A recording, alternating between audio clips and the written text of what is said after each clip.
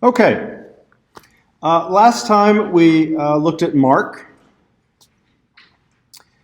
And how many major sections do we suggest that Mark has?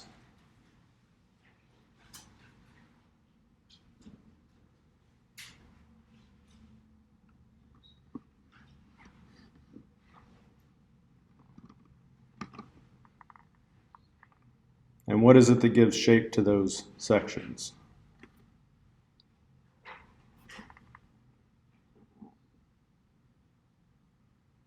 How is Mark structured?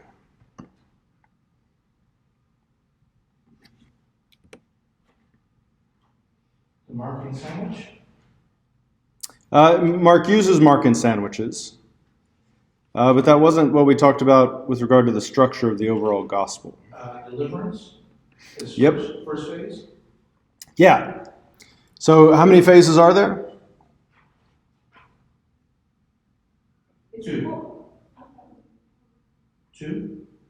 Not two, not four, but Three. Three. Yes. There we go. And it's a paradigm of the new Exodus, right? The Isaianic new Exodus that Mark signals at the very beginning when he quotes from Isaiah 40, verse 3. And so as Derek said, the first phase is deliverance, and so in the first 8 chapters of Mark, Jesus is going around healing people, delivering people from demonic oppression, demonstrating his mastery over nature, setting him free. The second phase has to do with on the way. Yep, exactly. Journey. So they have to, after they've been liberated from Babylon, they have to journey to Jerusalem. And so the second half of Mark is bracketed by what 2 stories?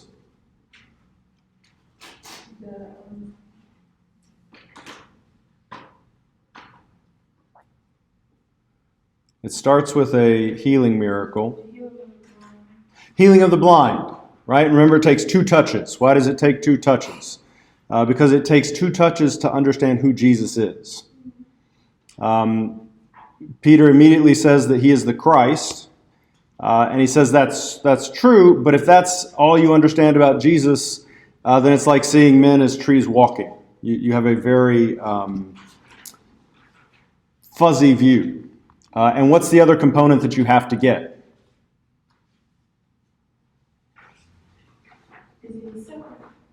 Yeah, that he is the Christ, but that means he has to suffer and die. And so 8:30, 9:30, 10:30, roughly, Jesus is explaining to the disciples, look, I have to suffer and die. That's the second touch. If you don't have both those pieces, you don't really see him as he truly is. And you're not going to understand what he's about. Okay? The final phase then is what? Arrival in Jerusalem, and ideally the enthronement of Yahweh as king. Except things don't go so well. And where does he ultimately end up being enthroned? On the cross. On the cross. Okay?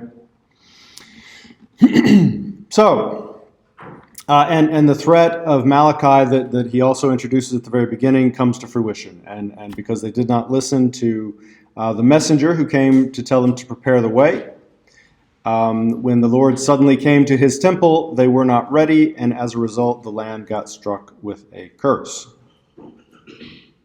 Okay? But was that in his displeasure? Because he kind of, you turned my house into a den of robbers, insurrectionists. Right, well, and so he complains. Why is Jesus not happy? Because they didn't get it.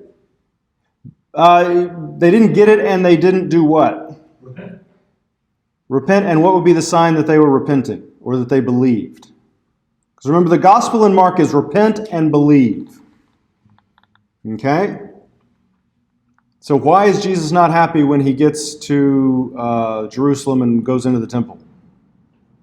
Because they're not prepared. They're not prepared, right? According to Mark, if you believe, that means you prepare. Okay? If you're not preparing, then you don't really believe that something is true. So then your last statement, once he comes, repentance is too late? Yes. Once he comes, it's too late to get ready. Okay? And this is why the fig tree that we looked at is not the season for figs. And yet it gets cursed. Why? Well, it's not the season for Gentiles. But it's right around the corner, and they're not ready for it. Because they still have all this selling and money changing, and all, which was necessary to the functioning of the temple, but they're doing it in the court of the nations, in the court of the Gentiles. And it's supposed to be a place of prayer for all nations. You can't pray with all that stuff going on. Okay? Well, why didn't they get ready? Well, because they've seen this movie before. They've seen how this plays out. They're people all the time standing up saying, "Hey, God has anointed me to bring deliverance." And they, we've read little stories about how that turns out, which is not good. So they think Jesus is just another one of these guys that thinks a bit too much of himself. The problem is this time it's actually true.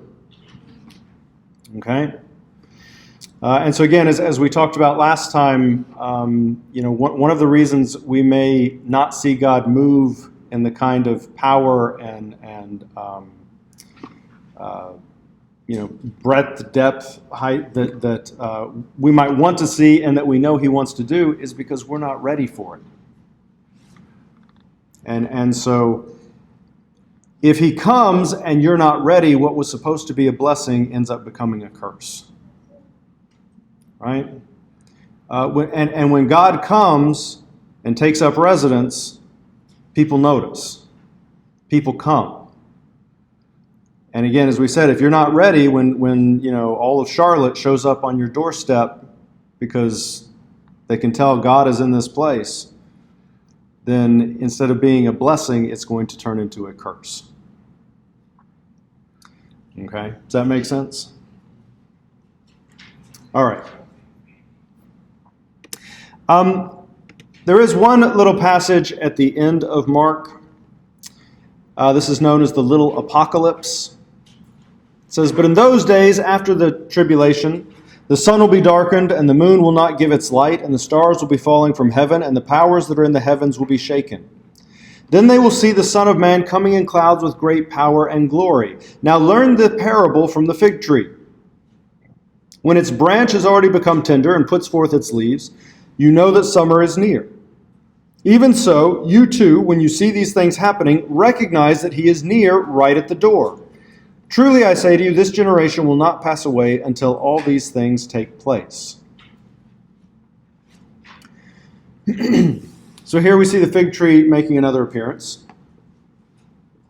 And again, it's associated with an exhortation to read the signs of the times and get ready. Okay?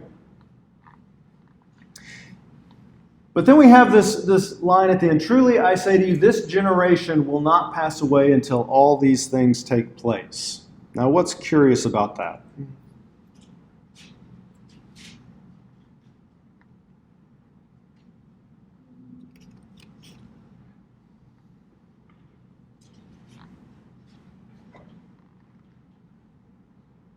And by the way, this little ...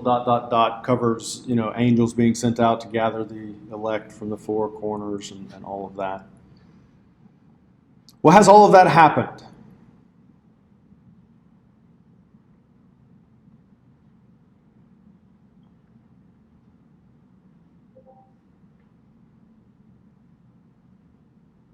Has the Son of Man come in clouds with great power and glory and...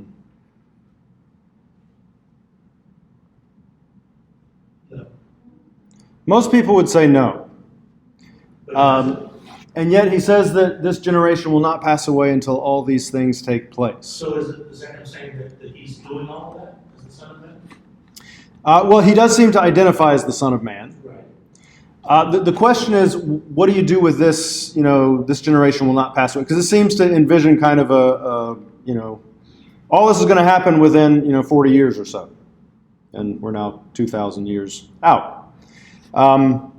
So what do we do with that? Well, some people say, well, Jesus was just wrong. That's one option. Others say, well, this word generation, it can also mean race. So maybe it means this race will not pass away. There he is. But that's a little awkward, especially when you're talking about time. I mean, generation would seem to be the clear indication. And so to try and interpret it as this race will not pass away and say, oh, well, there's still Jews around, so it hasn't happened, seems like special pleading, right? Others have suggested that it's taking its point of reference from the parable of the fig tree. Okay, when its branches become tender and puts forth its leaves, you know that summer is near. So when he says this generation, he's not talking about his current generation, he's talking about the generation that sees the fig tree become tender and put forth its leaves. Okay, does that make sense? And what did we see the fig tree tended to symbolize? Israel, right? And so this is where you get the end time theorists that are focused on Israel and kind of the Reformation and a generation since it was formed and all of that. So that's a possibility. N.T. Wright suggests a different way of reading it. I was going to ask you to elaborate on that because we were just speaking about that in Systematic. So please do. And we watched N.T. Wright. So you're Okay. Okay, well, so the one is that, the parable of the fig tree, when its branches already become tender and puts forth its leaves, that refers to kind of Israel kind of reforming. And then it's saying that all of this will happen before that generation passes away. So basically all this has to happen before everyone who was around when Israel was reformed has passed on, which means it's imminent. N.T. Wright, though, looks at this and says, well, what's actually the most immediate antecedent of they? Who are they? Israel. That's the way it's usually understood, but what's the immediate antecedent in the passage? You. Mm-mm.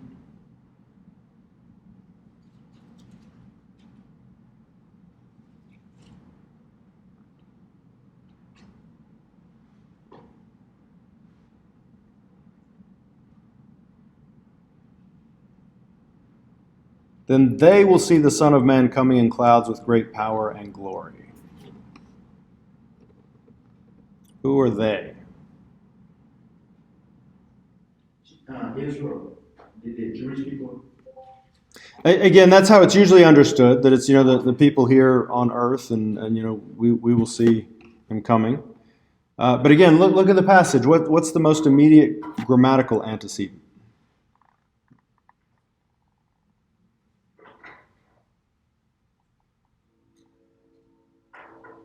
Well, there's no light. Yes, it says, in those days after that tribulation, the sun will be darkened, the moon will not give its light, stars will be falling from heaven, and the powers that are in the heavens will be shaken. Then they will see the Son of Man coming in clouds with great power and glory. Okay, the rulers or Yeah, the Pharisees? not that. Again, look at the passage. Think grammatically. What would be the immediate antecedent of they?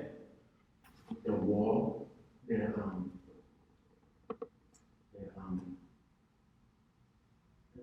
what is the Jewish people? The ice, the inhabitants, the ice. Nope.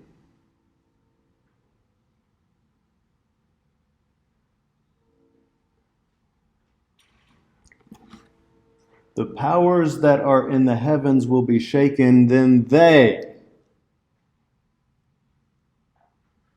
N.T. Wright suggests that the they is referring to the powers in the heavens. In other words, this isn't about Christ's second coming, it's about his ascension. It's essential to heaven. Mm-hmm. That's confusing. right? Because the powers that are in heavens will see the Son of Man coming in clouds and great glory. Right? And again, his argument for that is he points to the grammatical, well, what's the antecedent here? Well, the only one that's mentioned is the powers that are in heavens. We tend to read that as a quote, and then they, and we just assume we're talking then again about the people down here. So from N.T. Wright's perspective, this did all happen within that generation. This doesn't work as well with Matthew's version, by the way. But here in Mark, you can make that work. Now, again, it's a little more awkward when you include the stuff that I've cut out, about angels being sent out to gather the elect and, to the four corners and all of that. But N.T. Wright sees this basically as a reference to the ascension, not the parousia, the second coming. All right, does that make sense? At least what he's doing with it? No, I see. But I mean, it's a profound, critical analyzation. But it's like over my head, It's a very different way of thinking about it. Yeah. And as I say, it doesn't really work as well for Matthew's version. Is Mark talking about the ascension, but Matthew's talking about the parousia? Well, you still have the same problem in Matthew then of this generation will not pass away. So those are the main options for how to read this. I'll let you sift through those and decide which one you find most plausible.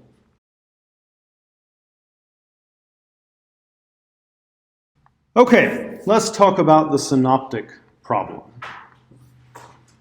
Did you know there was a problem? Yes. We'll start with kind of 8 general rules about the synoptics. 1, the 3 have much material in common. This is called the triple tradition. Okay? If you've got your synopsis, take it out.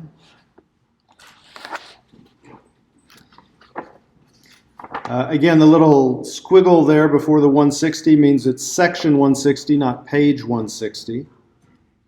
So you look up that section.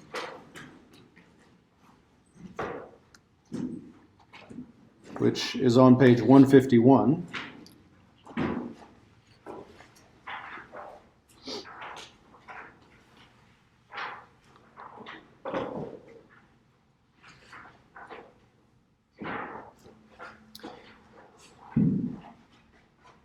And you see there, Matthew says, if any man would come after me, let him deny himself and take up his cross and follow me. Mark says, if any man would come after me, let him deny himself and take up his cross and follow me. And Luke has, if any man would come after me, let him deny himself, take up his cross daily. So Luke adds daily, and follow me. Okay, and we could go on. You can see that it continues on pretty much verbatim. Okay. That's called the triple tradition because it appears in all 3 of the synoptic gospels. Now, when you have verbatim agreement like that, that was page 151, section 160. When you have verbatim agreement to such an extent, what does that mean is going on? Basically, yes. Either that or the Holy Spirit is inspiring each writer to write exactly the same thing, which some have claimed, but that seems a bit far-fetched, right? And so the synoptic problem is basically trying to ascertain who is copying from whom.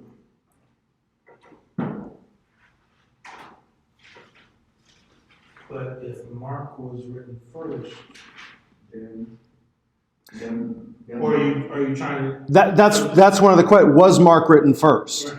yes. So then we're trying to determine how the second got to the third. If it was Possibly. Matthew. Possibly. But note that Mark's being first is disputed. Okay. Oh. So it's not. So it's known that. yeah. I think Mark was first, and most scholars do, but there's also a significant minority that contends Matthew was first. And we'll The reading from last week, talked about the reasons that they established why Mark was first. yeah, and we'll go through that. We'll go through that. But the question is basically, can we tell who was first? Okay, and who is copying from whom? And that can be useful because seeing how they have changed the text gives you insight into what they're doing with it. Okay? So, that's the first thing. 3 have a lot that's in common. Second, the arrangement of the common material generally follows Mark's order. Where Matthew or Luke differs from Mark's order, the other tends to agree with Mark.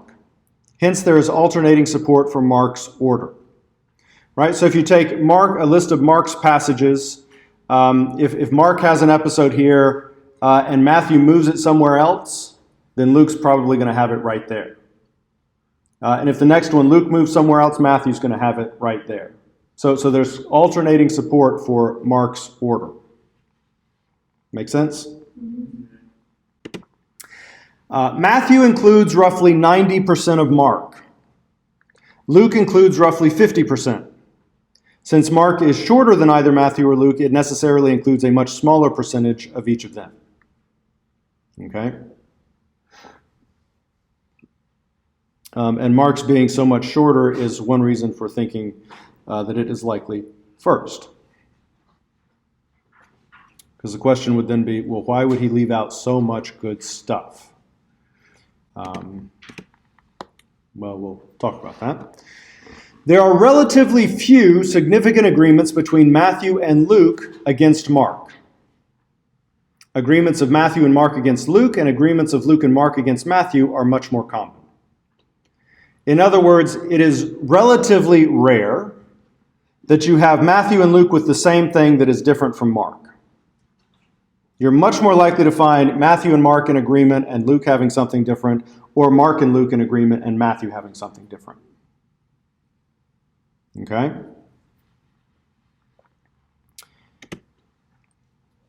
Agreement between Matthew and Luke tends to begin where Mark's gospel begins. Now, where did Mark's gospel begin? Jesus. Yeah, and with the baptism, right? John the Baptist. So think about the infancy narratives in Matthew and Luke. Completely different. I think Mark starts with genealogy, right? Yeah, Matthew starts with the genealogy. Luke waits until chapter 3. Luke actually starts with John the Baptist's birth and Zechariah and Elizabeth and all of that. As we'll see when we get to Matthew and Luke, Matthew seems to have Mary and Joseph living where? In Jerusalem. In Bethlehem. Yeah, they seem to live in Bethlehem, and that's why they're still there like 2 years later when the wise men come through. Okay. Right? How do we know 2 years? Well, because Herod hears from the wise men, and so he says, kill all the kids 2 and under, or at least all the boys. I would suggest it's taken them about 2 years to get there, and Mary and Joseph are still there. Right? And so they flee. Joseph is warned in a dream, and so they flee to Egypt. Right? And then when they come back, where are they heading? They're heading to Judea until they hear Herod's son is over Judea. And they're like, well, he's no better than his dad was. And so they go up to Nazareth. And that's how they end up in Nazareth. In Luke, they start out in Nazareth. And he talks about this big census that's, worldwide. And so everybody has to go back to your place of your people. And so Joseph saddles Mary up, and they, make the long trek down to Bethlehem, and there's no room in the inn, and he's born in a stable, and you know the story. Very different. Very different. So Matthew and Luke's agreement tends to start when they start having material in common with Mark. Okay? Similarly, it ends once Mark's gospel ends. Right? So how does Mark's gospel end? 16. I'm sorry, chapter 16. In chapter 16, and what happens? They get with Jesus. They what? No, the ascension. There's no ascension in Mark. Yeah, the ladies don't tell. Right. They don't tell. Right, exactly. So Jesus, the whole gospel is saying, don't tell anybody, right? And everybody goes, oh, look, we found the Messiah, we found the Christ. And now finally, he's resurrected. Now the angels say, now go and tell. No, I don't think I'm going to mention this. People are going to look at me a little funny if I do that. And they're afraid, right? And then it's just fade to black, Sopranos, people throwing things at their TV. Like, where's the rest of it? You can't end like that. And some people felt that tug, and so they went ahead and filled in the ending. And then a couple of those got stuck on in the manuscripts, and that's how we have the rest of chapter 16 that's there now. But yeah, so Jesus is raised, apparently. It ends with the empty tomb, right? Well, think about Matthew and Luke. They each have resurrection appearances, right? Very different. Where are they in Luke? Where does Jesus appear to them?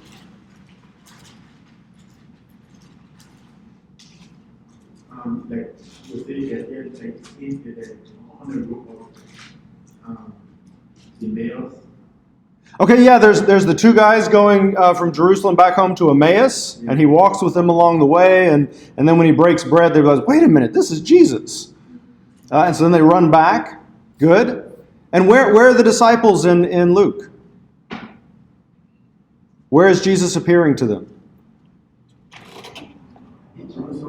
In Jerusalem, right? Remember they're in the upper room, and Jesus appears, and then in Acts you see him tell them, don't leave here until you've been, clothed with power from on high. And all. Well, where does he meet them in Matthew? In Galilee. Which is where Mark anticipates him meeting them. The angels tell him, go tell them I'll meet them on the mountain in Galilee where I said. Now, Mark doesn't include that, but in Matthew, he meets them in Galilee. And they're completely different accounts. Completely different. Okay, none of this, we've tweaked a few details. They're just completely different accounts. So, where Matthew and Luke agree is where they, follow, where you have Mark as kind of what's called a middle term. All right, does that make sense? Okay, the same thing is true in individual pericopes. Okay, so where you see the most difference, if you're looking at individual passages, is at the beginning. They'll kind of change the introduction. And then as you get to the middle, they kind of fall into step. But then at the end, they'll often conclude differently. Right? So if you look at 3:10.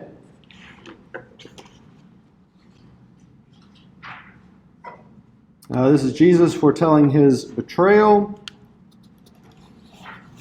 Truly, I say to you, one of you will betray me.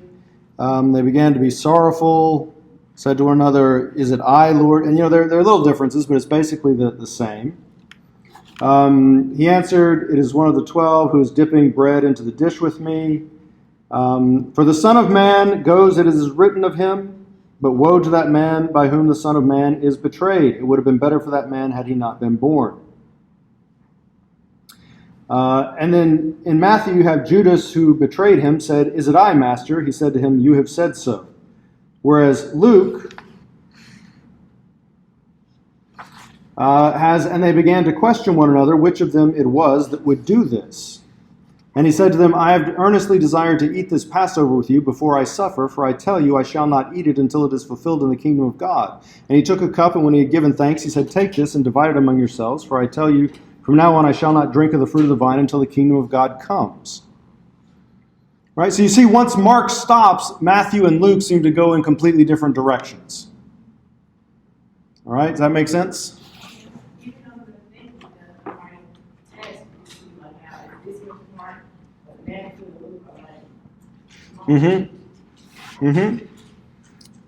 Good. Okay. Now, points 2 through 6 establish Mark as the middle term, meaning Mark is the one that seems to tie the other two together. which means that Mark makes the most sense as either the first or the last. Either Mark is first and they're both drawing on Mark, or Mark is using both Matthew and Luke to compose his. Right? That makes the most sense of him as the middle term. Okay? And if you look at section 38. All right, look at Mark. That evening at sundown. This is page 36. They brought to him all who were sick or possessed with demons. What does Matthew have? That evening they brought to him many who were possessed with demons. What does Luke have? Now when the sun was setting, all those who had any that were sick with various diseases brought them to them. Right? So Mark has this redundancy. That evening at sundown. Matthew has that evening. Luke takes over the at sundown. You see that? Now the question is it more likely that Mark was first and had this redundancy and Matthew said, oh, I already just put that evening, I don't need to say, at sundown. And he went on, and Luke looked at that and said, well, I like the sundown bit, I'm going to go with that, but then I don't need to say it's evening because that's redundant. And so they each took different parts. Or is it more likely that Mark is copying from Matthew and Luke and said, oh, I need to get both of those things in there. That evening at sundown. Right? Either way, Mark seems to be the middle term, the one that's linking the other two together. Okay? So in this sense, I would think that both Mark and Luke are drawing from. Matthew and Luke are drawing from Mark? Yeah, that would seem to make more sense of this passage, this particular one. I would agree. Because why would you need to redundantly put both things in there, just to... And one of the curious things, if Mark is last, is he's very picky about, making sure both of those things get in there, but there are other things that he omits and makes, more obscure, as we'll see. Okay? All right. So Mark is usually the middle term. These are general rules, though, which means you can always find exceptions. Actually, in the passage you looked at for your weekly task, towards the end of it, Matthew looks like the middle term. Because you've got alternating support for Matthew. He agrees with Mark, then he agrees with Luke, then he agrees with Mark, then he agrees with Luke. Especially if you continue on into the next passage beyond what you did. You see that kind of alternating support for Matthew. So the truth is this is all very complicated.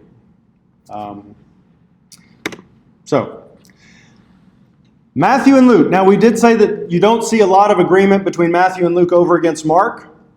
But there are about 200 verses that they have in common that do not appear in Mark at all and that exhibit varying degrees of verbatim agreement, from almost 100% to almost none.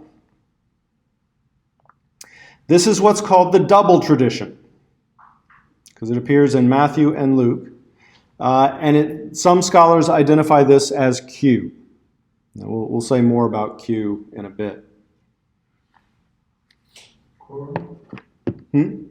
Quorum, something that they found at Dead Sea? Q? No, it's for quello, which means source. The question is, how do you explain their having this degree of verbatim repetition? Right? So if my friend who teaches at Fuller out in California calls me one day and says, oh, I got this incredible student paper. Yeah, I got to read this to you. Listen to what this person said in this paragraph.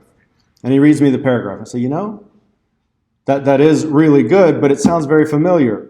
And I flip through my paper. Oh, I've got a student paper that says the exact same thing. Right? How could we explain that? We look at the time frame. Yeah, so one possibility is they know each other, and one guy finished his paper and emailed it to his friend, said, oh, I did a really great paper, look at this. Oh, yeah, that's pretty good, I'm going to use that. And they'll never figure it out. So it's possible that you do some research and you figure out they went to high school together, they knew each other. Well, then yeah, it's probably that one is copying from the other. Yeah. Or we look at who was the first to do that work, because the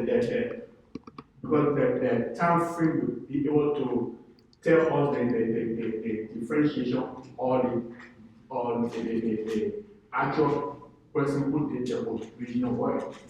Okay, so if we could nail down timelines, then we could determine who at least was first, most likely, unless one happens to be a very industrious student that got started very early on the assignment and didn't wait until the last minute, so his was finished earlier, even though it wasn't due first. Could it be that they both use the same source? Yes. Well, what happens if we research and figure out, well, that student's never left California, this one's never left North Carolina, and they've never met? How then could we explain it? But Well, as Thomas said, there must be a third source that this is coming from, right? A book in the library that's in our library and their library, and they're both copying out of the same textbook. yeah, but there's still an argument to that. While it is true that we may more dig into the same source, it is impossible for us to be able to articulate that very source the same way or in the same form and fashion. At least there should be some differences or differences of expression of idea. Exactly. And so when there's not, when it's verbatim, then you know somebody's been copying. Right. And it's going to be copying from a written text. Because we've all played telephone, and spoken stuff gets changed all the time. So when you get that degree of verbatim agreement, somebody's copying from a written text. For exactly that point, you don't. If I told you to take out a piece of paper and write down what we've done in class so far, you would all have the same general story, but you'd all have your own way of telling it, right? You'd use your own verbs. You might have some of the same nouns, but none of you would have exactly the same 3 sentences. No. Right? No. So when you do find exactly the same 3 sentences, somebody is copying from somebody else. Okay? 8. This double tradition material that appears in Matthew and Luke does not appear in the same order in Matthew and Luke relative to the shared Markan framework.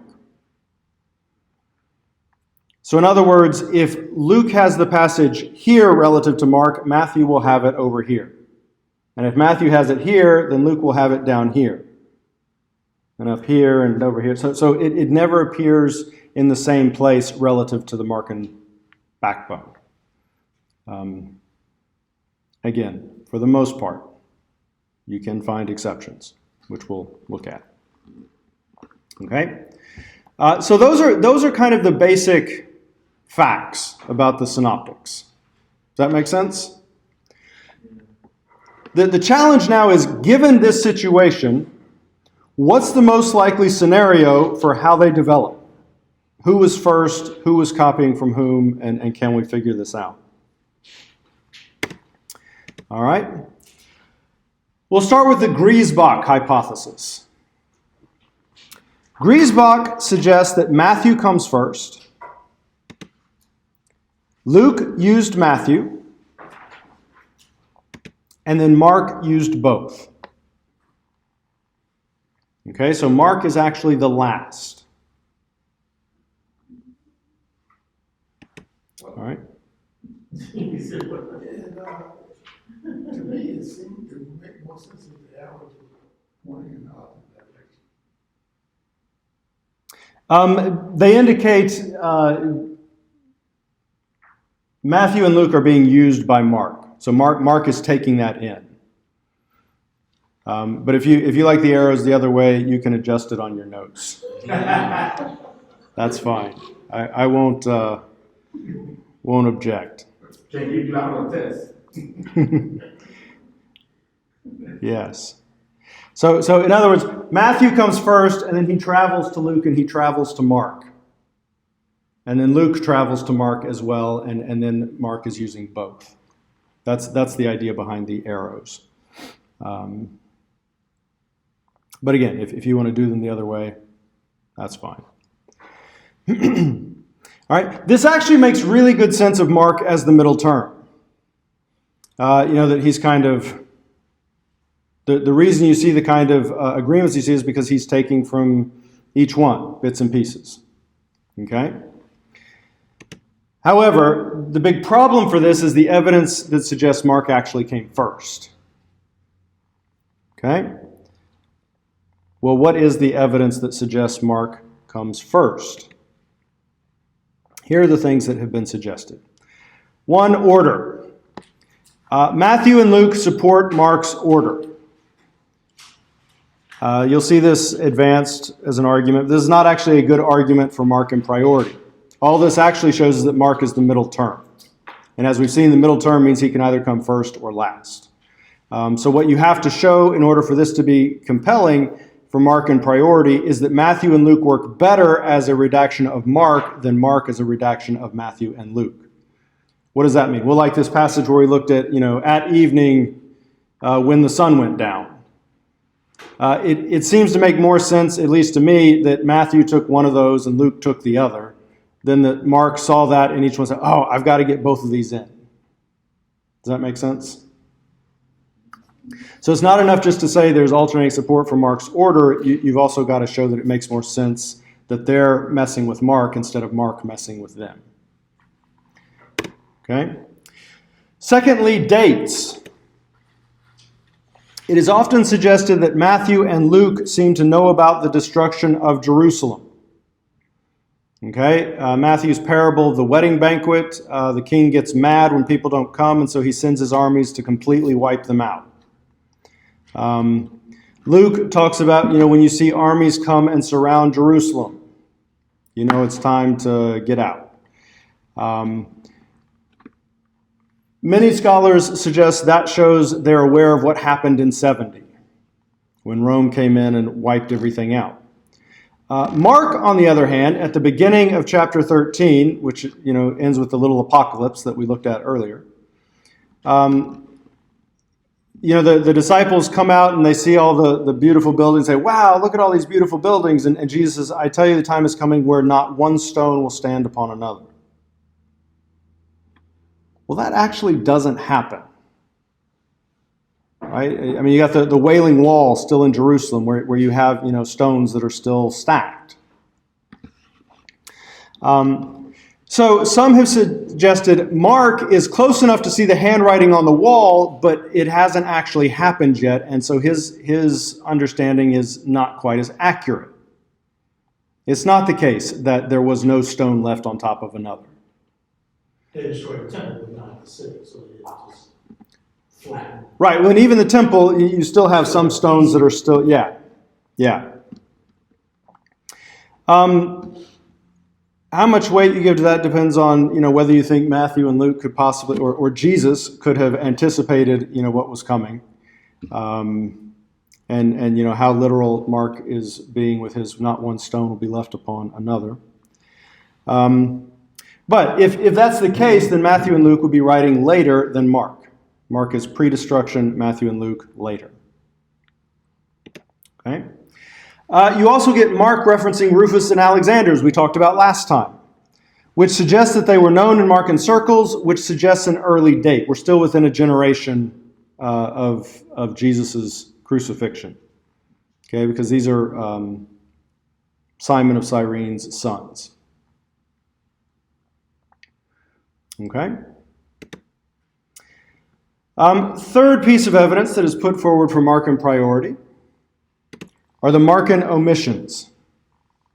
The argument here, why would Mark omit so much of the double tradition, so much of the stuff that appears in Matthew and Luke, such as the Lord's Prayer, when the omitted portions would have been conducive to his theological and literary interests? And this last part is key. You've got to be able to show that this would have really helped Mark's case. Oftentimes, scholars working on the synoptic problem don't have a very high opinion of the gospel writers. They think they're basically just scribes trying to get down everything they know about Jesus. So if they don't put it in, that means they didn't know about it because they were just copying and were kind of hacks about the whole thing. As we saw, though, Mark is very carefully composed. Right? It's playing out this new Exodus theme. So, for example, Mark might very well know of the virgin birth, but that's not part of the painting that he's painting, not part of the portrait he's painting. And that's why he doesn't include it. Not because he doesn't know about it, but just because it wasn't part of the story he was telling. Okay? So you've always got to be careful. Yeah, there's a lot of stuff that's not in there, but Mark is a pretty tight gospel as it is. Maybe he didn't need all that extraneous stuff. Does that make sense? Okay. Then you have Markan additions. There are 3 passages that appear in Mark and none of the other Gospels, and only 3. Do you know what they are? The healing of the deaf man with spittle, where Jesus kind of spits and, the healing of the blind man where it takes 2 touches, because the first time doesn't work. And then the naked man, when Jesus is arrested and who's wearing the linen sheet. Now you have to consider, is it more likely that the other evangelists didn't find these stories that helpful and so just didn't include them? And like the naked man, we're not even sure what he's doing in Mark. I mean, why would you want to take that over? A story where Jesus doesn't get it right the first time, it's not hard to see why someone wouldn't want to tell that story. And then some suggest, well, Jesus spits and that's just gross. And, you don't want to have him spitting and putting it in people's ears.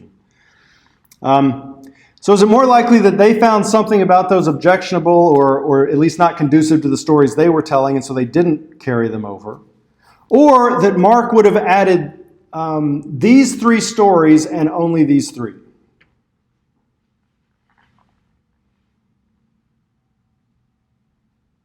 And so you weigh it and decide which, does that point towards Mark in priority or the other way around? Okay. Oral tradition. Griesbach's Mark is primarily scribal, copying almost all of his material from Matthew and Luke. Remember, 90% of Mark is in Matthew, so he would have gotten over 90% of his gospel from Matthew, and much of the other 10% from Luke. Okay? Which means he's pretty much just somebody sitting alone copying on his parchment. But Mark is arguably the most oral of the 3 Gospels. There's a vigorous pace. Everything's happening immediately and at once. There's a lot of visual detail, and there's the abrupt ending. It's also the least literary. It's more colloquial and unpolished, the Greek. Where he throws in translation. Well, not so much the translations, but just his use of language is not as sophisticated as Matthew and Luke. Well, chapter 5, he translates for us. He does. Yeah. I mean, he's got, where he'll include Aramaic, and then he says this means, be opened or what have you. Yeah, but just his phrasing in Greek, it's more colloquial. You're more likely to find grammatical irregularities, all of which suggests that it's the most oral of the 3, not the product of someone sitting down and just copying written documents. I actually think that's a pretty strong argument, that Mark seems to be the most oral, or the closest to oral tradition. Then you have to consider the relationship of omissions and additions. Griesbach portrays Mark with conflicting redactional tendencies. So on the one hand, he clarifies material with brief, redundant explanations. At evening, when the sun went down. While simultaneously making the material more obscure and elusive. So, for example, Mark never tells you that John the Baptist is Elijah. You have to figure that out. In Matthew 11, Jesus says, hey, if you're willing to hear it, he's Elijah. In Matthew, Jesus, when he's warning them about the leaven of the Pharisees, he then clarified, no, you numbskulls, it's their teaching. In Mark, he never says what it is. So Mark would, on the one hand, be putting in a lot of these redundant expressions that don't really help advance the story, while at the same time making other things more confusing and obscure, which seems kind of, again, conflicting tendencies. Okay? And then the final piece of evidence for Markan priority is what has been called editorial fatigue. Now, what is editorial fatigue? Alon 143 and 44. This is the story of Herod and John the Baptist. I've abridged it because it's kind of long. But look at Mark's account. And you can look up on the screen. It says, King Herod heard of it, and Herodias had a grudge against him. Him is John the Baptist. Who is Herodias? Yes. Yes. Huh? Yes, his brother's wife, whom he married, and also his niece. She swapped one uncle for the other. Herodias had a grudge against John the Baptist and wanted to kill him, but she could not, for Herod feared John, knowing that he was a righteous and holy man, and he protected him. And then Herodias' daughter Salome comes out and does her little dance, and Herod says, oh, I'll give you whatever you ask, up to half my kingdom. And so what does she ask for? Yeah, the head of John the Baptist on a silver platter. The king was deeply grieved, yet out of regard for his oaths and for the guests, he did not want to refuse her. Right? Why is the king deeply grieved? Because he knew that what he did was not right. His conscience was wrong from the beginning. Okay, and how do you know that he knows it's not right? Because his initial action by speaking with his brother wife, that was wrong traditionally was wrong. And so John the Baptist even spoke against him. So even though he knew what there was a confirmation from John the Baptist that this that you have done is wrong. Okay, well what is Herod's attitude toward John the Baptist in Mark? Because he recognized John as a prophet. Yeah, he's the one that's protecting John from his wife, who understandably is not happy that this guy keeps railing at her, saying you're doing what shouldn't be done. You were married to him, not his brother, and you shouldn't have left. And she doesn't like this being spread about her, and so she wants him dead and out of the way. But Herod says no. He's a righteous and holy man. But then his mouth gets him in trouble, and she asks for his head on a platter, and you got to do what you got to do, even though it made him very sad. And sorry for distracting you.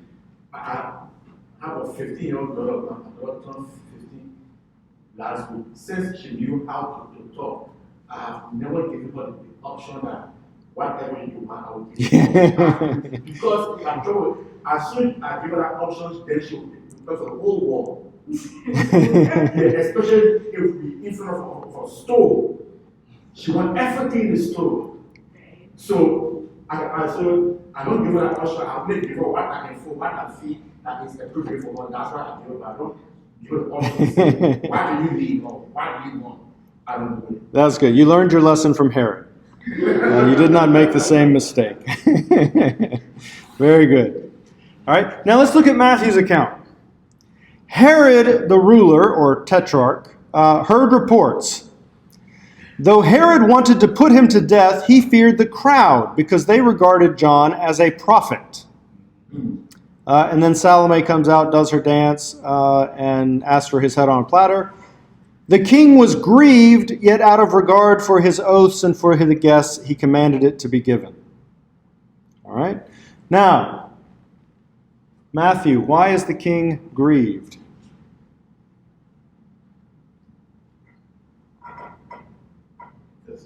crowd regarded John as a prophet.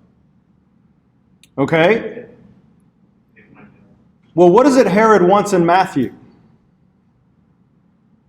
To put John the Baptist to death. Yeah. But he was afraid of the crowd. Yeah, he's afraid of the crowd, but he wants to put him to death. And so Salome asks, okay, I want his head on a platter. Hey, you got your excuse.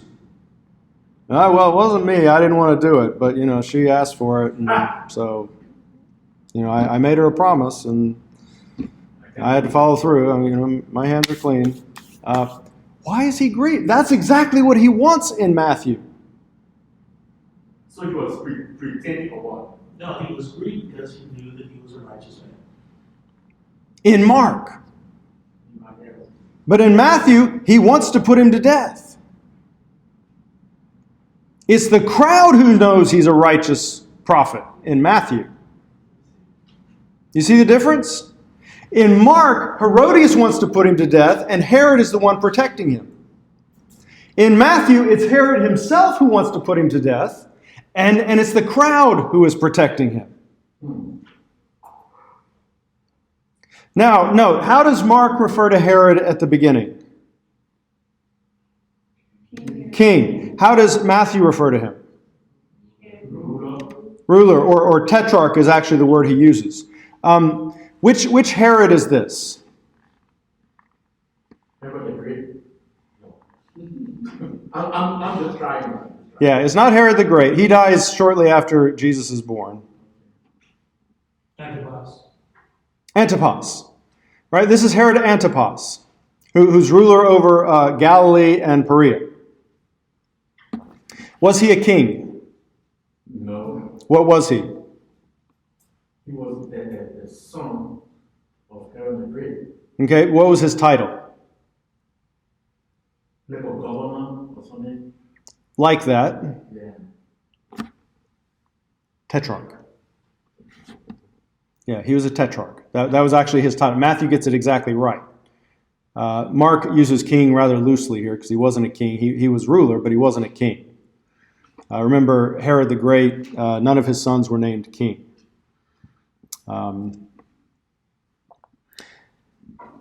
Now, how do they refer to Herod down here? How does Mark refer to him?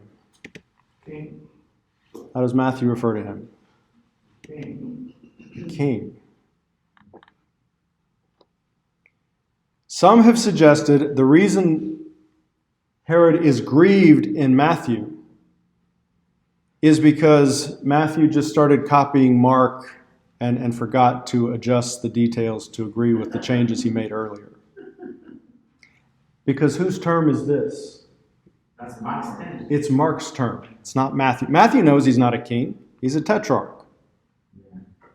And he got it right up there. So then how can he get it right for the first time? Then Right. So that when he starts copying, he's very alert and conscious and makes his changes. But then he just starts copying Mark, and that's why it's called editorial fatigue. He forgets to change the details to agree with the changes he made earlier. Does that make sense? And notice it's very close to Mark. The king was deeply grieved, yet out of regard for his oaths and for the guests, he did not want to refuse her. The king was grieved, yet out of regard for his oaths and for the guests, he commanded it to be given. So you got a lot of verbatim agreement there. yes. Right? How many of you have ever written a paper and you go back and you change something at the beginning? That means you should actually change something else later in the paper, but you forget to do that. Right? It's that kind of thing. Now, if that's the case, which would come first? Correct. Well, who would be first, Mark or Matthew? I would say Mark. Mark. Yes. And Matthew is copying Mark, and that's why we end up with this kind of discordant verse. Right? Now, if you want to be a Griesbachian and say Matthew came first, then how do you explain it? Well, you say Matthew had a story that didn't make sense and Mark fixed it. Though he fixed it in the wrong direction, making Herod a king. So that's how a Griesbachian would explain it. Matthew had a story that didn't really make sense because why is Herod grieved? And so Mark changed the details so that Herod would actually be grieved. And so then you have to decide, well, which seems more likely? Yeah.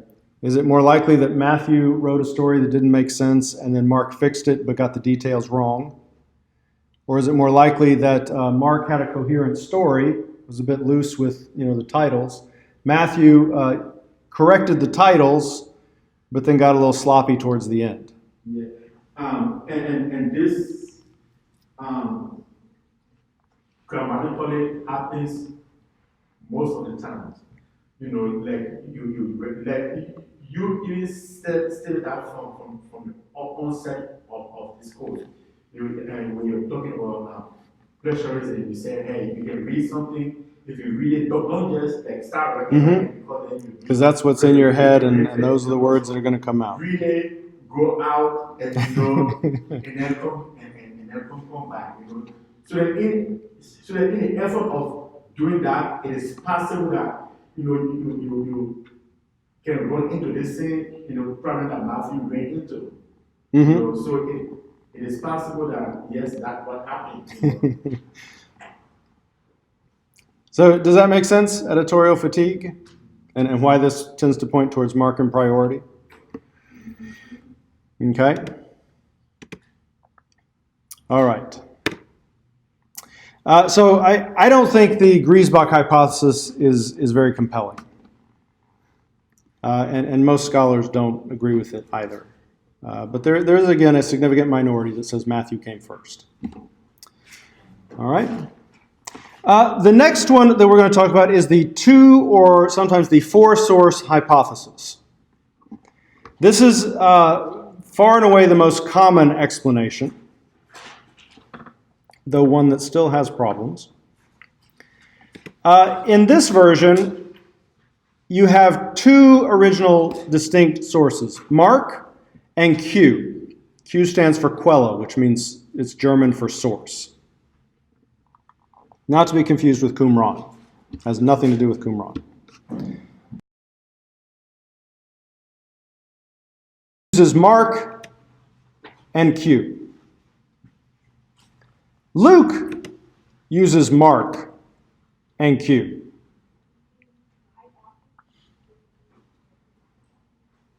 And then Matthew has the sources for the stuff that's unique to him, and Luke has sources for the stuff that's unique to him. So if you include the M and L, then it's four sources. If you just go with the two main ones, Mark and Q, which is where the force of the model is, then you call it the two-source hypothesis. Explain that two sources again. So the two sources are Mark and Q. All right, Matthew is using Mark and Q, Luke is using Mark and Q, and Matthew and Luke don't know one another. Okay? So, Mark is the source of the triple tradition, because Mark comes first and the others are copying out of him. Q is the source of the double tradition, the stuff that is unique, that appears in both Matthew and Luke, but not in Mark. Okay? Q is therefore a hypothesis derived from the postulate that Matthew and Luke used Mark independently of one another. If Matthew knows Luke or Luke knows Matthew, you do not need Q. Why?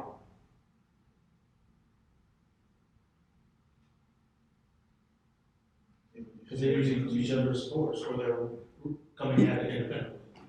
Yeah, if Luke knows Matthew, then all the stuff that he shares with Matthew, where did he get it?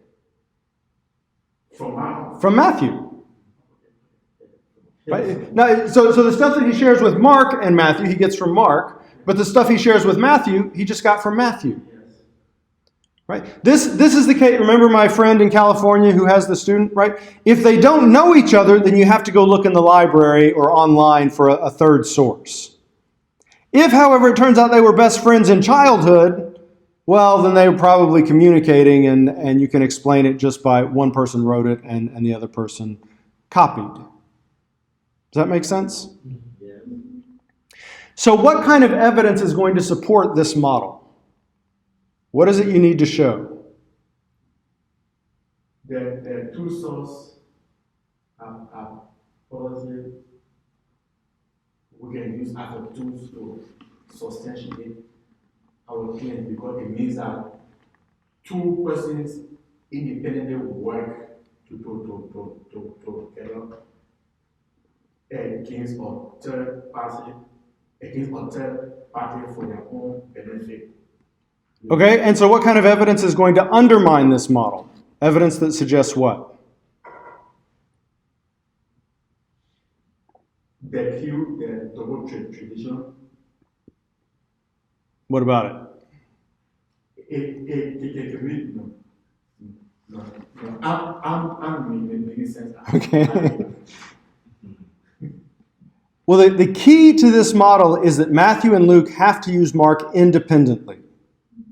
Because again, if they know each other, you don't need Q. You can just say they got the other material from one another. So, evidence that supports this model is going to be evidence that supports the fact that Matthew and Luke don't know one another. Evidence that undermines it is going to be evidence that suggests they do know one another. That either Luke is familiar with Matthew or Matthew is familiar with Luke.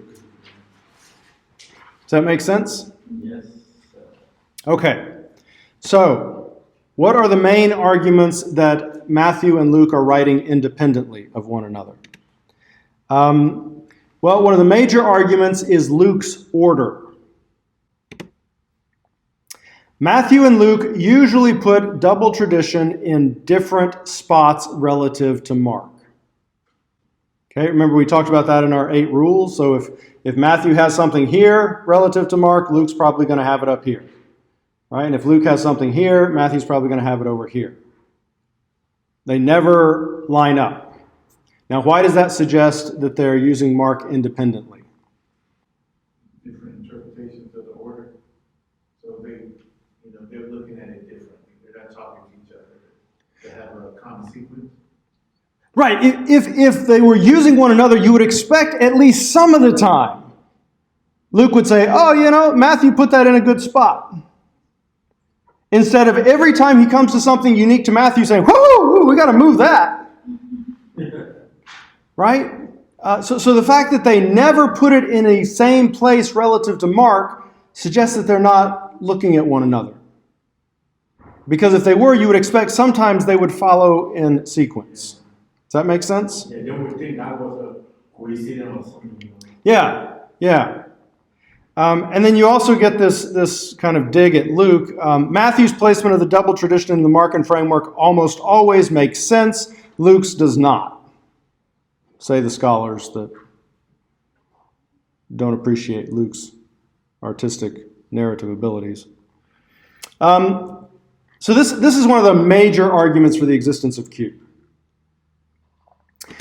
What's the problem? Well, it involves subjective evaluation of the evidence. For example, look at Alond 129. All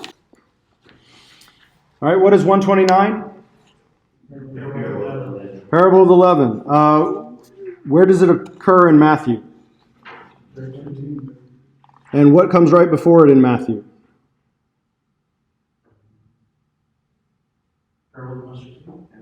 Mm-hmm. What about Luke? Where does the parable of the leaven occur? 20-21. What comes right before it in Luke?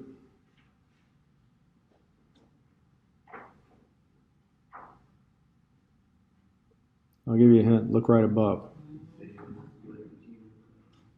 Yeah. Now note, Matthew is in boldface, as is Mark. Luke is not. What does that mean?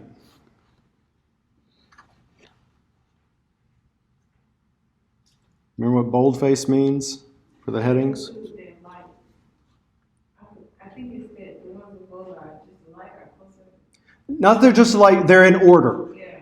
Right? So we're following Mark and Matthew's order right here. Luke has this passage, but he has it somewhere else.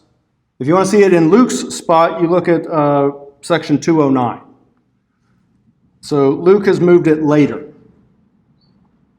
And so here we see Luke has moved the mustard seed parable somewhere else, so Matthew has it in the same place Mark does. right? But what's curious, what follows the mustard seed passage in both Matthew and Luke?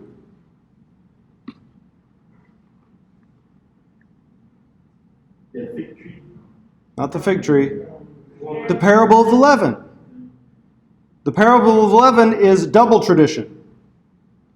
Well, wait a minute. I thought we just said Q material is always put differently relative to the Markan text. Well, not always. Because here you have a parable in each gospel that follows right after the parable of the mustard seed.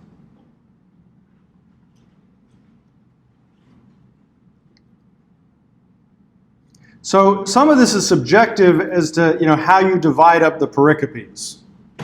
How you divide up the... If you consider the mustard seed and the parable of the leaven to be one passage, which is what most of them are going to consider, most Q scholars are going to consider, they won't break it up into two, they'll just make it one. And they'll call it a Mark-Q overlap, which we'll say more about in a minute. Well, that's what enables them to say that it's always in different spots. Because if you group this as one passage, then you don't have something being added in the same spot. Does that make sense? It is true, though, that almost all the time it is in different spots relative to the Markan framework. Okay? So that's one of the strong arguments. Another main argument in favor of this is alternating primitivity. Okay? If Matthew is using Mark and Luke is using both Matthew and Mark, which gospel would you expect to have to be the most primitive? Matthew or Luke? Matthew, because Luke is copying and adjusting from Matthew, so you would expect that Matthew would consistently have the more original or more primitive text. However, sometimes Luke appears to have an earlier version, and sometimes Matthew appears to have an earlier version.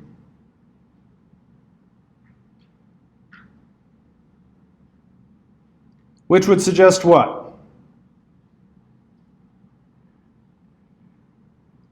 Sometimes Luke copies Q verbatim and Matthew changes it.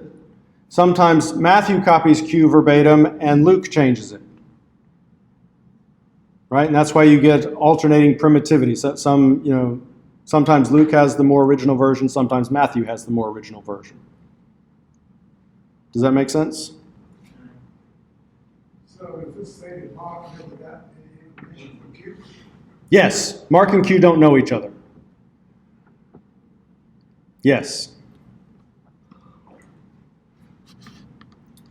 Because if Mark and Q know each other, then you run into other trouble.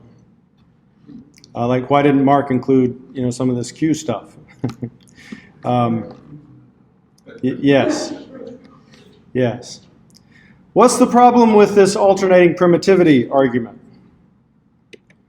Well, how do you know what's more original and what's been changed? That's very hard to do, right?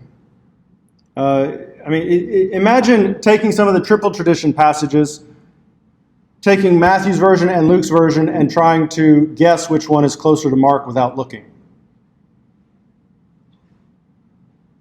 What would be the basis for doing that? Well, the vocabulary in this one tends to be more Matthean. Okay. This also isn't a problem if Luke is using oral traditions, right? If Luke, in addition to looking at Matthew and Mark, is aware of oral traditions that are circulating, sometimes, he just writes down what he's heard. So this one is not very compelling, I don't think. All right, the third argument that is put forward: Matthew has all this M material, all this material that's unique to Matthew. Surely, if Luke knew Matthew, he would have found something in here that was worth bringing over.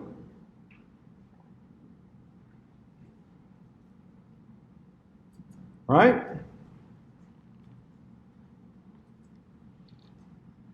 What's the problem with that argument?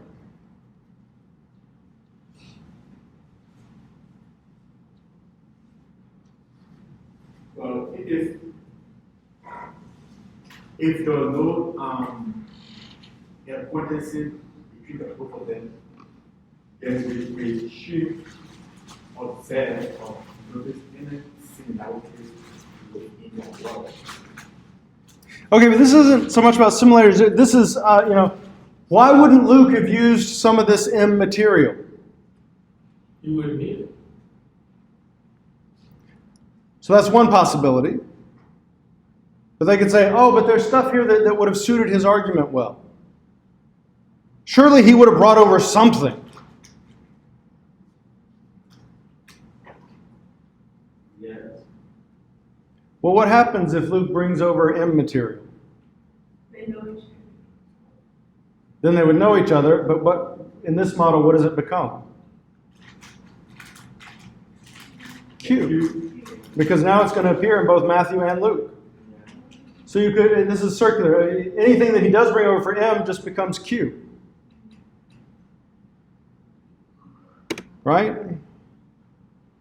So you could argue, he did bring over stuff from M. All that.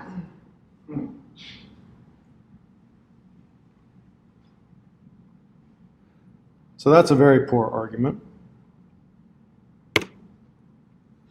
4, Luke's ignorance of Matthew's modifications. Okay? If Luke knew Matthew, surely sometimes he would prefer Matthew's version over Mark. He would show evidence that he was aware of how Matthew had changed Mark. Make sense? Well, there are 2 counters to this, minor agreements and major agreements. Okay, what are minor agreements? Well, let's mark this passage. Okay, if we're going to mark Matthew and Mark first, what are we going to underline in red?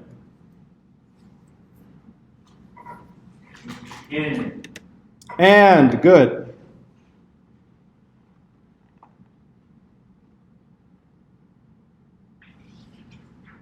Anything else? We could possibly do he. I'm not going to mark it just because it's kind of generic and it's used in different contexts. Again, if you were going to mark it, I'm not going to count it wrong. But yeah, there's not really a lot of overlap here, right? They're not copying at this point. All right, and remember we said you're going to see the most difference at the beginning and at the end of passages. So they tend to set things up differently. Matthew has, getting into a boat, he crossed over, came to his own city. Mark has, when he returned to Capernaum after some days, it was reported that he was at home. Many were gathered together so that there was no longer room for them, not even about the door, and he was preaching the word to them. And then what does Luke say? On one of those days, as he was teaching, there were Pharisees and teachers of the law sitting by, who had come from every village of Galilee and Judea and from Jerusalem, and the power of the Lord was with him to heal. Okay? What does Luke's setting seem to be? Where are they?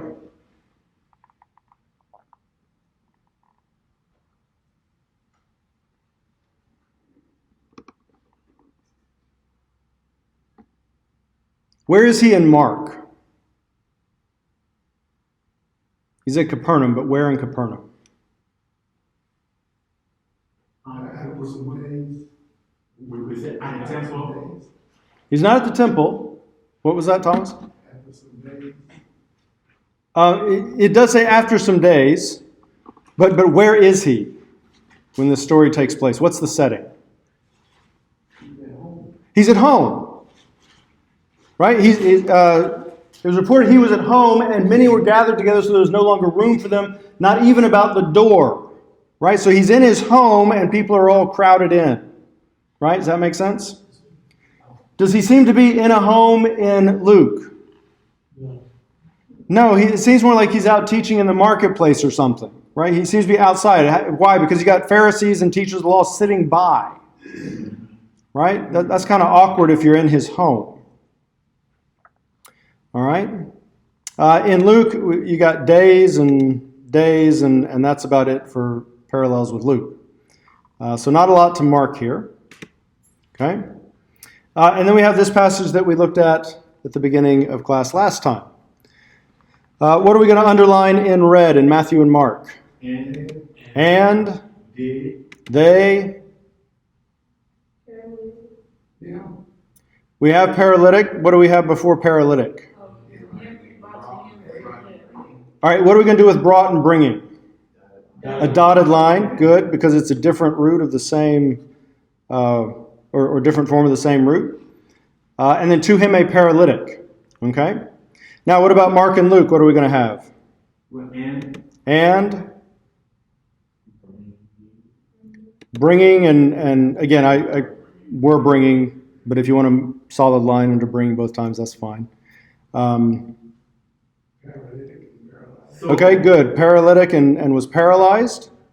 Different form of the same root. Yeah, so how do we reconcile men in Mark and men in Luke? Because one is plural and one is singular. So how do we reconcile? Should we still merge them or pair them up together? Well, I'm not sure what's plural in one and singular in another. You got 4 men in Mark, they in Matthew, and men in Luke. Yeah, that's what I'm saying. Luke and Mark. One plural and one singular. And there's one paralytic in each case. Anything else that we need to mark between Luke and Mark? Maybe if you wanted to mark men. Again, I'm not going to mark it because it's a slightly different context, but you could. What about Matthew and Luke? What are we going to mark? And behold. Brought and were bringing. You have all and all. Okay, paralytic and paralyzed.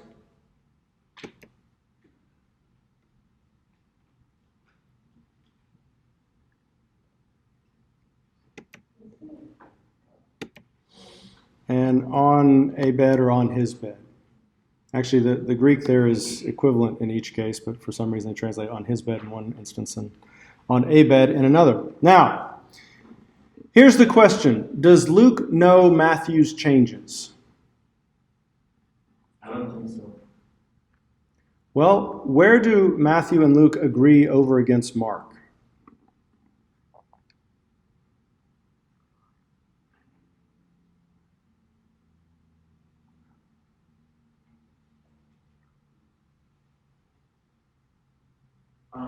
Coming to the end of the story, Bringing was paralyzed. No, Luke and Matthew don't agree against Mark there. And behold. good, dude. Right? Anywhere you have only green, it's going to be places where Matthew and Luke agree over against Mark. So if you want to say that they are independent, you have to say both of them read Mark and they came and said, oh, no. We need and behold, they brought to him. Right? You can't let that go with just an and. You got to throw a behold in there. The story just doesn't work. All right? But that's not the only change. They also both add that he's on a bed.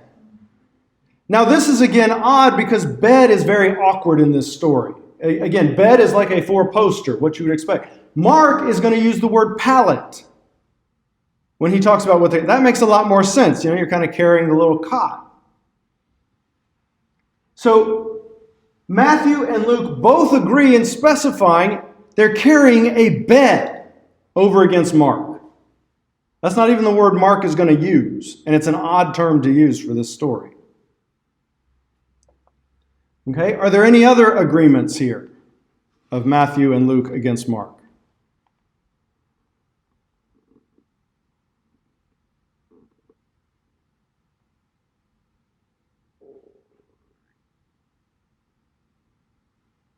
You also have to look at anything that's unique to Mark. They also agree in eliminating the fact that he was carried by 4 men. And they agree in eliminating the verb came.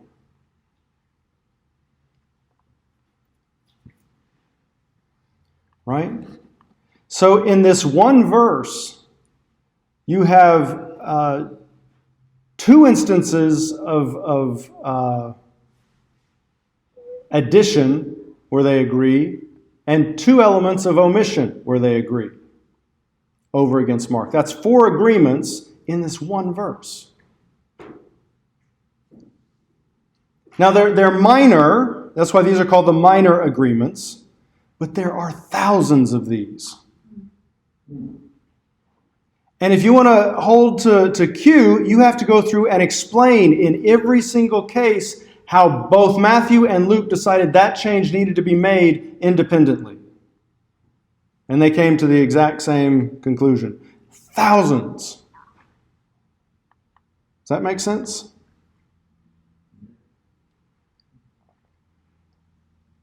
So again, it raises the question, does Luke know Matthew's modifications? Well, there's good evidence to suggest maybe he does. Right? Let's continue on. Matthew drops out. Mark has, when they could not get near him because of the crowd, they removed the roof above him, and when they had made an opening, they let down the pallet, there's that word pallet, on which the paralytic lay. Now what does Luke say? But finding no way to bring him in because of the crowd, they went up on the roof and let him down with his bed through the tiles into the midst before Jesus. Now note, we have because of the crowd, they and the roof, and then let down. However, they is actually part of the Greek verb. It doesn't appear independently in Greek, so that doesn't really count. Roof and let down are the same in English, but if you look at the Greek, they're different words in each case. So really the only thing in this verse that we have that's the same is because of the crowd. Okay? Now, remember, what was the setting in Luke? Where is Jesus doing this teaching? In a house. In Mark, he's in a house. Where did he seem to be in Luke? Yeah, he seemed to be out and about because he had the Pharisees and teachers of the law sitting over by the side, and there's no mention of any building or house. But suddenly, what do we have? They can't get to him, so they go up on the roof. Is this another instance of editorial fatigue? Where he's kind of changed the original setting, but then once we get in here, we still keep to the main elements of the story. Which again makes sense in Mark because he's in the house. But Luke hasn't mentioned anything about a house. Okay? Luke is, however, being consistent in using bed, which was a word that Matthew also used.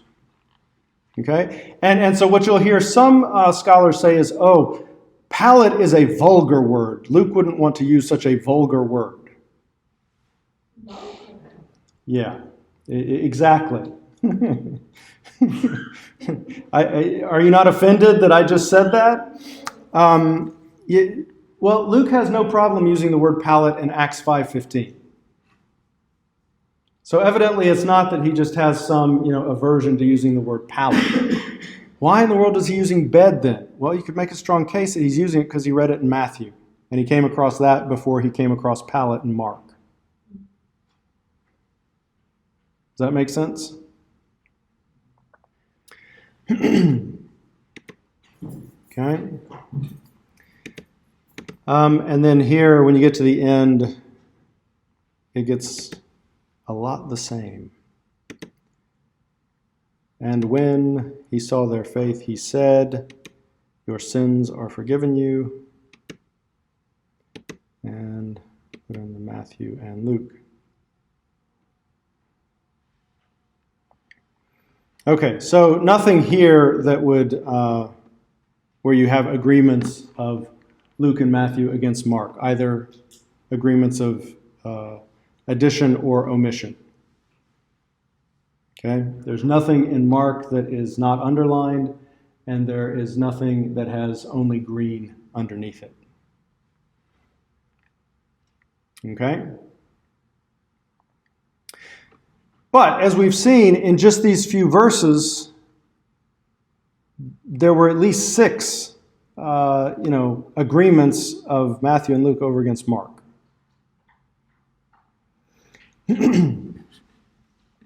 Or at least 4.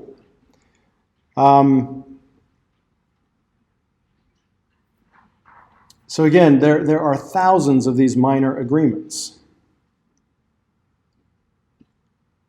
Could it be that Luke is agreeing with Matthew in these cases because he's looking at Matthew? And he's taking it over from Matthew. Well, in addition to minor agreements, you also have what are called major agreements, which in this model have to be called Mark-Q overlaps. These are passages where passages in the triple tradition where Matthew and Luke seem to know a tradition that is both longer and distinctive. So, for example, look at Eland 14 through 16. This is John's preaching. Page 14. All right, if you flip back to page 12, what is section 13? It's John the Baptist. Okay? It goes from Matthew 3:1-6 and Luke 3:1-6. Well, what's the next passage? And there's a Markan parallel, so that's triple tradition, right? Well, what comes immediately following that passage in both Matthew and Luke, but not Mark? John's preaching of repentance. And this is pretty similar. You brood of vipers, who warned you to flee from the wrath to come. You brood of vipers, who warned you to flee from the wrath to come. Bear fruit that befits repentance. Bear fruit that befits repentance. Do not presume to say to yourselves, do not begin to say to yourselves, we have Abraham as our father. We have Abraham. I mean, this is almost verbatim. Right? And notice it's coming in the same place relative to Mark. So how do you explain that? Well, they say this is one of those cases where Q also has a John the Baptist story. And so they're actually copying Q here, not Mark. And the evidence for that is that there's not a lot of agreement in this 13 episode between Mark and the two. So that suggests they're looking at a similar but distinct tradition. That would be Q. And they're copying Q's account of John the Baptist instead of Mark's. Does that make sense? How they explain that? The alternative is to say, well, yeah, Luke was looking at Matthew and thought, oh yeah, that preaching of John the Baptist fits well there. I'm going to keep it. Okay? These are the big ones. The temptation account, look at Eland 20.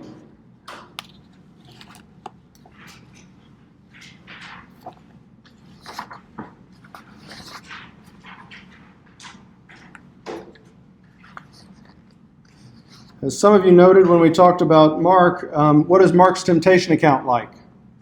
Brief. Very brief.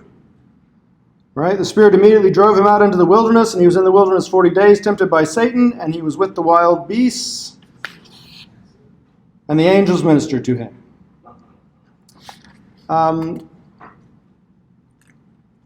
Well, Matthew and Luke both have that story at the beginning, but then they include 3 temptations. And again, they're very close. Just the order of the last 2 is swapped. Okay? Well, how do you explain that they both put these temptations in there and got almost verbatim agreement and put it in the same place again? Well, they say, well, this must be a Mark-Q overlap. Right? A place where Q must have also had a temptation story, but Q's was much longer and included these temptation, like actual descriptions of the temptations. Right? The first scholar who came out and made a list of Mark-Q overlap passages, there were a ton. And then they started to realize the more Mark-Q overlap passages you have, the more Q starts to look an awful lot like Matthew. And so they had to pare them down and just go with those that were the most significant. And then the others they try to explain away through minor agreement type things. Okay? We've already looked at the parable of the leaven and saw that it comes after the parable of the mustard seed in both. This one doesn't actually fit their description of what a Mark-Q overlap is supposed to be, because the parable of the mustard seed is very similar with Mark in each case. So it doesn't seem to be a distinct tradition.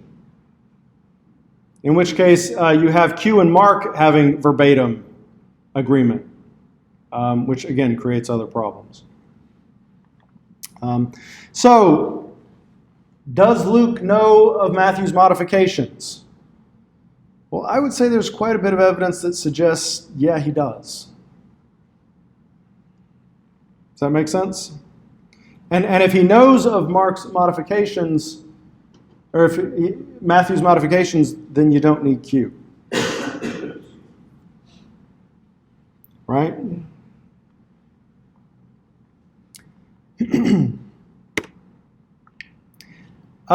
The final argument in favor of Q is that Q is distinctive and useful. Okay, you'll see scholars say, oh, Q has a distinct theology. And actually, you can buy a thick commentary on Q that traces through 3 or 4 different editions of Q. If that sounds a little odd to you, it does to me too. This document that no one has ever seen, they're able to differentiate 3 or 4 different layers of stuff that was added at different times. It's amazing what scholars can do today. Is this a good argument for the existence of Q?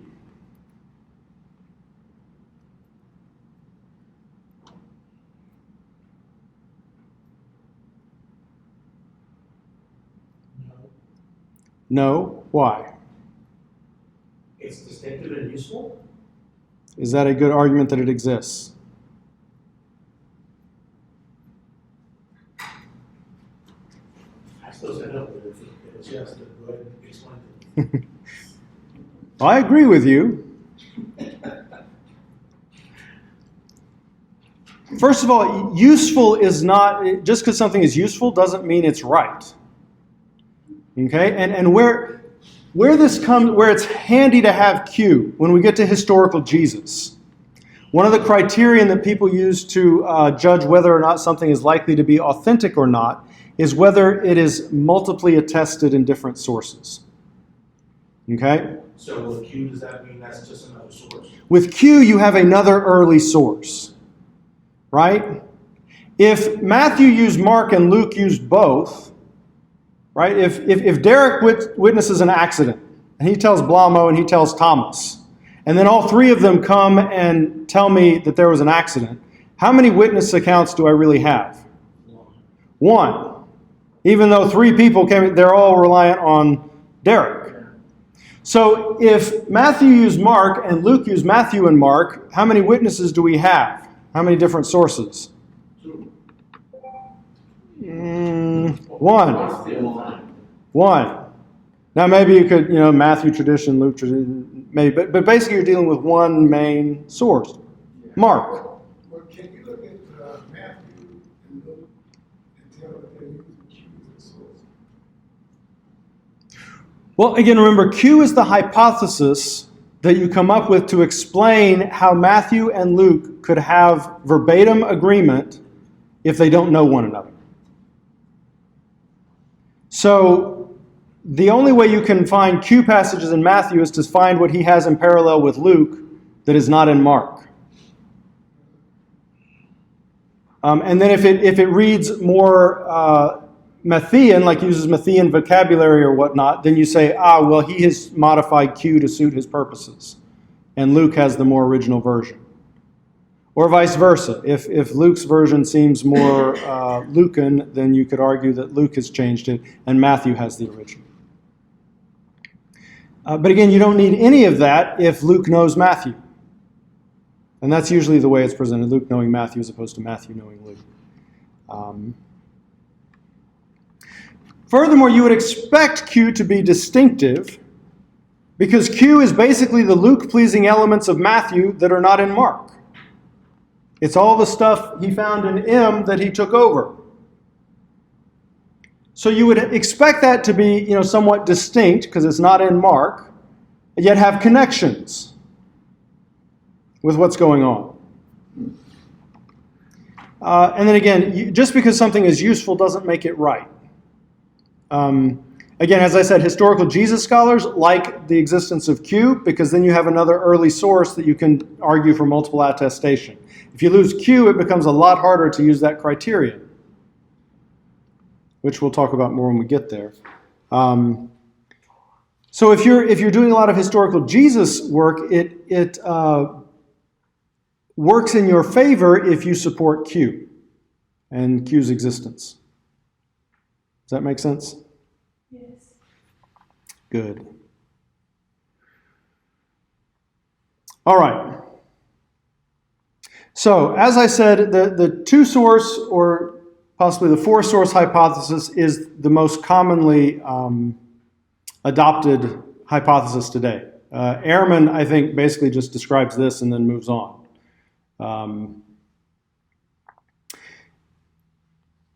The one that I think makes the most sense is the Farrar-Golder hypothesis, which is that Mark came first, Matthew used Mark, and then Luke used both.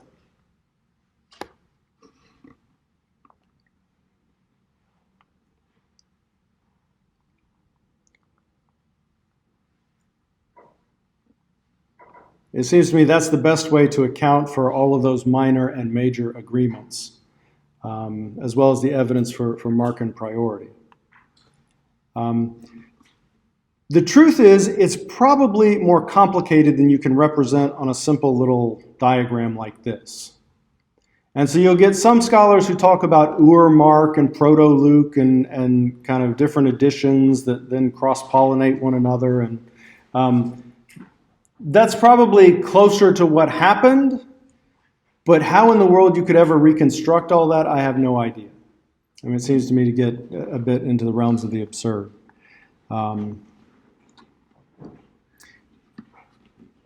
So in terms of just basic scenarios of what most likely happened, I find this one to be the most persuasive, while recognizing that what actually happened, the truth is probably more complicated than that can represent. Like I said, most of the time Mark seems to be the middle term, but in the passage, the Beelzebul passage that you looked at for your weekly task, and the next couple passages, Matthew actually seems to be the middle term. So you get things like that where the evidence doesn't all point in one direction. Okay?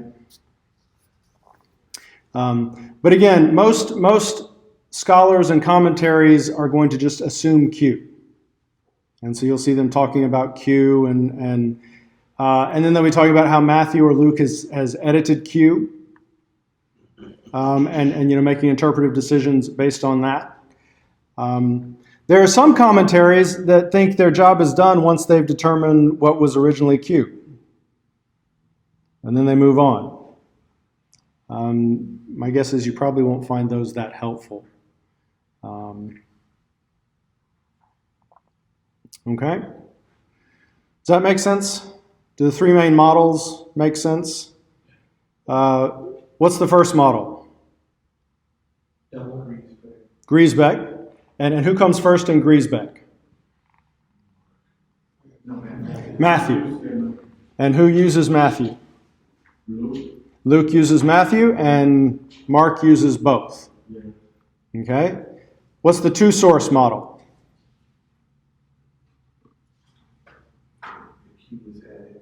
Yeah, you got Mark and you got Q, and Matthew's using Mark and Q, and Luke is using Mark and Q independently. And if you want to make it four sources, you can throw in M and L if you want. And then you got Farrar-Golder, which is Mark came first, just like in the two-source. Matthew used Mark, and then Luke used both. One of the arguments that gets used for the true source and against this, if Luke knew Matthew, why in the world would he break up the Sermon on the Mount? Right? Sermon on the Mount is a beautiful sermon. Luke has most of it, but it's broken up into chunks and spaced throughout his whole gospel. Well, Mark Goodacre, I gave you some reading from him. He points out, how many of you have ever heard a sermon on the entire Sermon on the Mount? Nobody. Why? It's so long. It's really long. Right? How many of you ever seen a Jesus movie that includes the entire Sermon on the Mount? No, they do the Beatitudes and then they move on. Because it's really long. So is it that surprising that Luke might split it up and portion it out? We do the same thing. Right? We split it up. And in fact, when we get to Matthew, we'll see Matthew has probably compiled it himself, taking snippets and pulling them all together, which Matthew seems to do. So again, I find this one to be the most likely of the three. But be aware that most, although this is growing in popularity. It's growing in popularity. But a lot of commentaries and things that you read will just kind of assume Q, and that's going to affect how they interpret the text. So be aware of that. We'll close with this, just a few other fun synoptic facts. Luke's great omission. Luke doesn't include anything from Mark 6:45 to 8:26.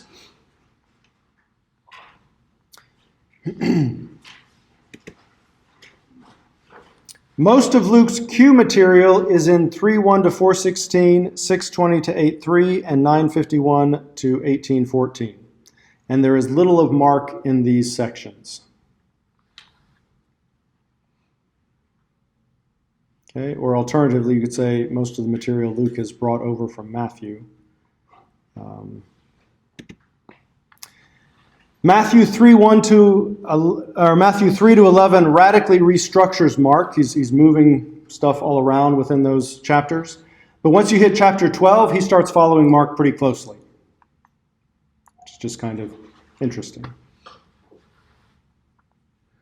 Okay. Any questions about the synoptic problem or the different gospels? Yes. Okay, very good. Yes. For those of you in track 2 who are visiting, it'll go up after class on Friday, but it will be up there. There was one question about double tradition and triple tradition. Mm-hmm. I didn't quite understand what that meant. So the triple tradition is stuff that appears in all three of the synoptics. The double tradition is material that appears in Luke and Matthew, but not Mark. So the double tradition is what some scholars identify as Q. And I should say, too, scholars differ on their understanding of Q. Some see it as one document, but others say it's a multiplicity of different sources, that just any source that they both used. So, does that clarify? Yes, thank you. Mm-hmm. Any other questions? All right, then have a good week.